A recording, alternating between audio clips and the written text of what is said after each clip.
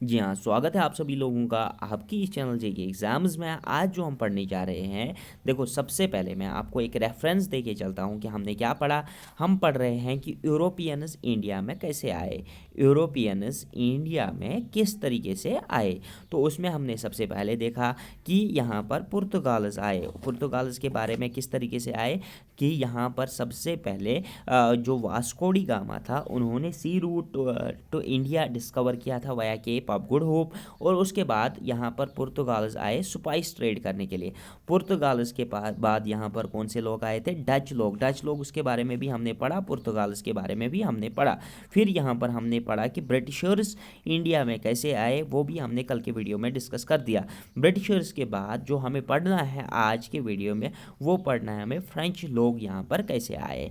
तो सबसे पहले आज का वीडियो स्टार्ट कर देते हैं पूरी तरीके से फ्रेंच लोग उसके बारे में। तो फ्रेंच यहाँ पर किस तरीके से आए? तो फ्रेंच जो थे वो last Europeans to arrive India. देखो यूरोपियंस यहाँ पर आए, चाहे पुर्तगाल्स आए, डच आए, ब्रिटिशर्स आए या फ्रेंच आए, ये याद रखना। पुर्तगाल्स, डच, इंग्लिश और फ्रेंच, ठीक है। ये याद रखना। एक सीरीज़, कभी कभी इस पर क्वेश्चन मैंने देखा है आते हुए, तो ये क्वेश्चन आप याद रखना कि इसी सीरीज़ में ये आए थे। पहले पुर्तगाल, फिर डच, फिर इंग्लिश, फिर फ्रेंच। अब ये फ्रेंच जो थे ये लास्ट यूरोपियंस थे जो इंडिया में आए। अब यहाँ पर 1664 में जो French east India company was founded, तो 1664 में फ्रेंच ईस्ट इंडिया कंपनी, जिस तरीके से हमने डच ईस्ट इंडिया कंपनी देखी, फिर ब्रिटिश ईस्ट इंडिया कंपनी देखी, इसी तरीके से हमने फ्रेंच ईस्ट इंडिया कंपनी देखी 1664 में एस्टैब्लिश होते हुए। फिर उसके बाद 1667 में इन्होंने फर्स्ट फैक्ट्री एस्टैब्लिश की, कहाँ पर? सूरत में। तो यहाँ पर अगर देखा जाए तो फ्रेंच के बारे में अगर क्वेश्चन पूछा जा सकता है तो वो यही क्वेश्चन आने के चांसेस रहते हैं।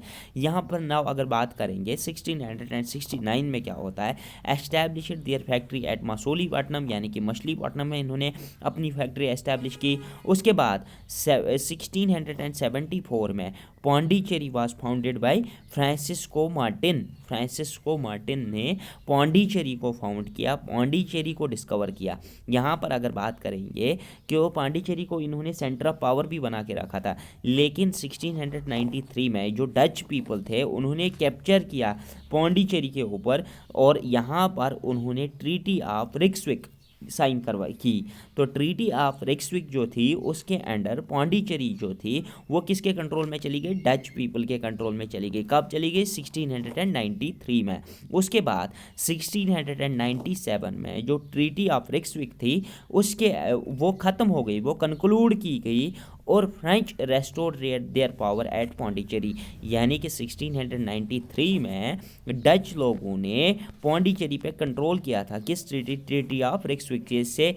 और फिर उसके बाद जब ये 1697 आ गया, उसमें ट्रीटी ऑफ रिक्सविक जो थी वो कंक्लूड की गई, वो ख़त्म की गई थी, और फ्रेंच को वापस पौंडीचेरी मिली। उसके बाद अगर आप देखोगे कि ये जो फ्रेंच पीपल थे इन्होंने बहुत सारी जंग लड़े, किन के साथ? ब्रिटिशर्स के साथ, क्योंकि इंग्लिश इनके बहुत ही ज़्यादा राइवलरी थे।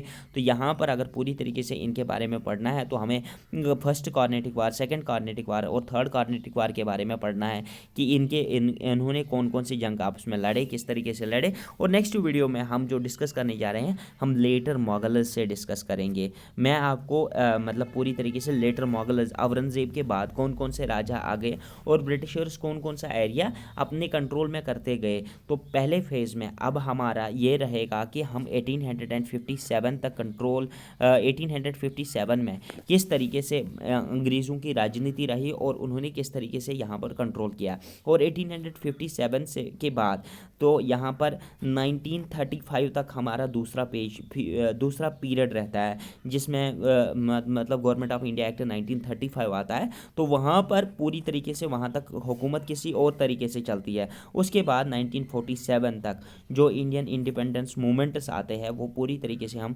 कंक्लूड कर लेंगे। तो हम इस पूरी सीरीज़ को जो हम पढ़ने जा रहे हैं मॉडर्न हिस्ट्री को, मैं 3 फेजेस में आप पढ़ाने जा रहा हूँ। यहाँ तक आपका बेसिक था कि अंग्रेज़ कैसे आ गए, फ्रेंच कैसे आ गए, गए, पुर्तगाल्स कैसे आ गए, कौन सा रास्ता निकाला गया, वो मैंने आपको मैप के द्वारा बताया भी था। तो ये चीज़ आपको समझ में आ गई। लेकिन अब यहाँ पर लेटर मोगल से औरंगजेब के पीरियड से 1857 तक मैं आपको पूरी तरीके से पढ़ा दूंगा।